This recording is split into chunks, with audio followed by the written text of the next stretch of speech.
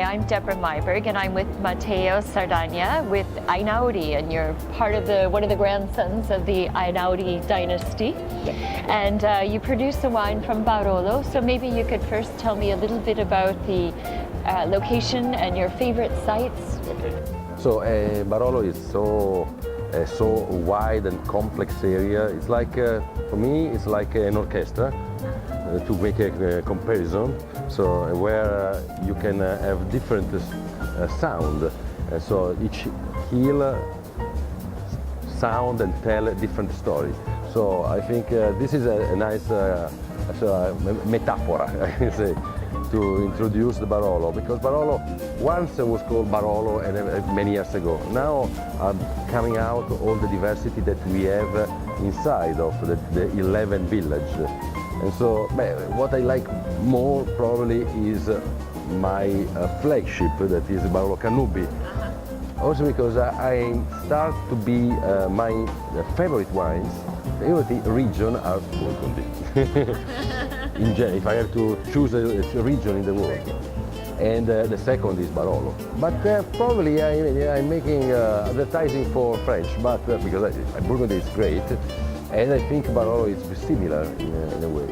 And in particular, Barolo Canubi is one of the more elegant too for this specific unique soil that we have there, that is mostly have a percentage of sand higher than the other place, more sand, and that makes that you have a natural draining, so and finest tannins, the result.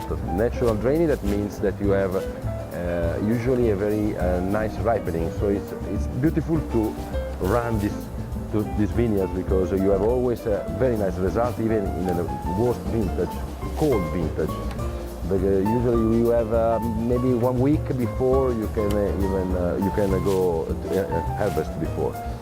And I have this elegance with this note that I like very much of balsamic note, like eucalyptus, I don't know in English, minty, fresh, and also fruit, so at different layers.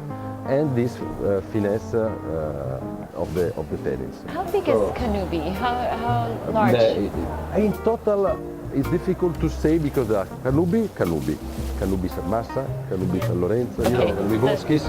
Okay, but the Canubi, we are in the heart. The heart of Canubi, how large is that? I can say, I'm not exactly sure, around 15, 17 hectares of the heart. Then it's bigger. And we own 2.4 hectares in the center of the Canubi, and it's a beautiful vineyards also, because now we have different vineyards inside, different age from 60 to 20, and so the results are great. And now, no. Okay. Do you think the future of Barolo is more focused on the cru and development of the personality of the site? Here there is a big question, and for both sides are right in a way. So the people that make Barolo, coming from several as a blend, and for some way you can do a better wine. But in my opinion, to make this orchestra runs, you have to do. I like the diversity. Yes, brava. I solisti in italiano. And it's nice to have a diversity. If you make just a blend, you make blending. You adjust the wine. Maybe 1 year Canubi is lower, the other is better, and Lunga from Vignarion. And mixing, you make an average and good wines.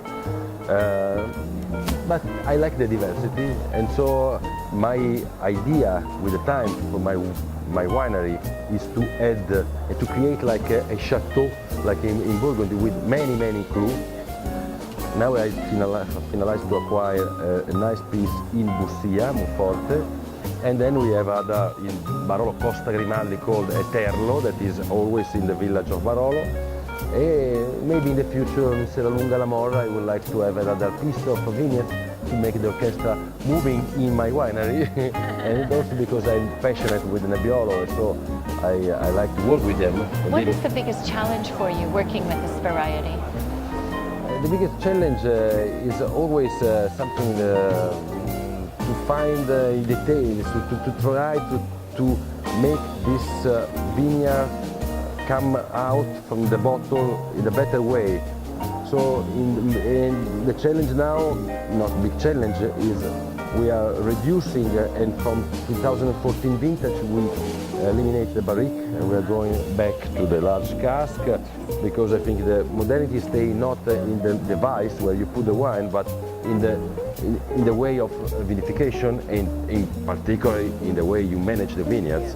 So now we are also we are teaching to the farmer, make like a school before they come to us, to learn them how to crown, how to do all the works in a better way, because this is the most important thing, to interpret the vines, because each age of the vines have different vitality, so, and you have to crown in a different way. So this is very important, and this is the challenge, how to find the best way to found the balance in the wine. I think you have to find balance. So you have a certain number of leaves, like for morning breed, yeah. No? And you can support certain amount of fruit. The leaves are the lungs, yes, No? yes. So you have to find this balance. Because if you make lower quantity, I don't think you make a good result. You make the stress too overripe. If you do in the opposite, to green. So there is the challenge. Find balance. And for 2012, how was that balance? I think it was a nice vintage. Probably we have 2010 was the best. 11 was pretty warm and enjoyable, accessible. 12 I would position in the between a classic vintage like 10 and a more approachable 11. So it's a wine that you can enjoy, but still young. Not maybe serious as a 10, but very nice, very elegant. And tell me, Matteo, what do you think of the Expo Hong Kong this year? Expo is a great opportunity. I used to come twice a year in Asia, in China, Hong Kong and Asia in general.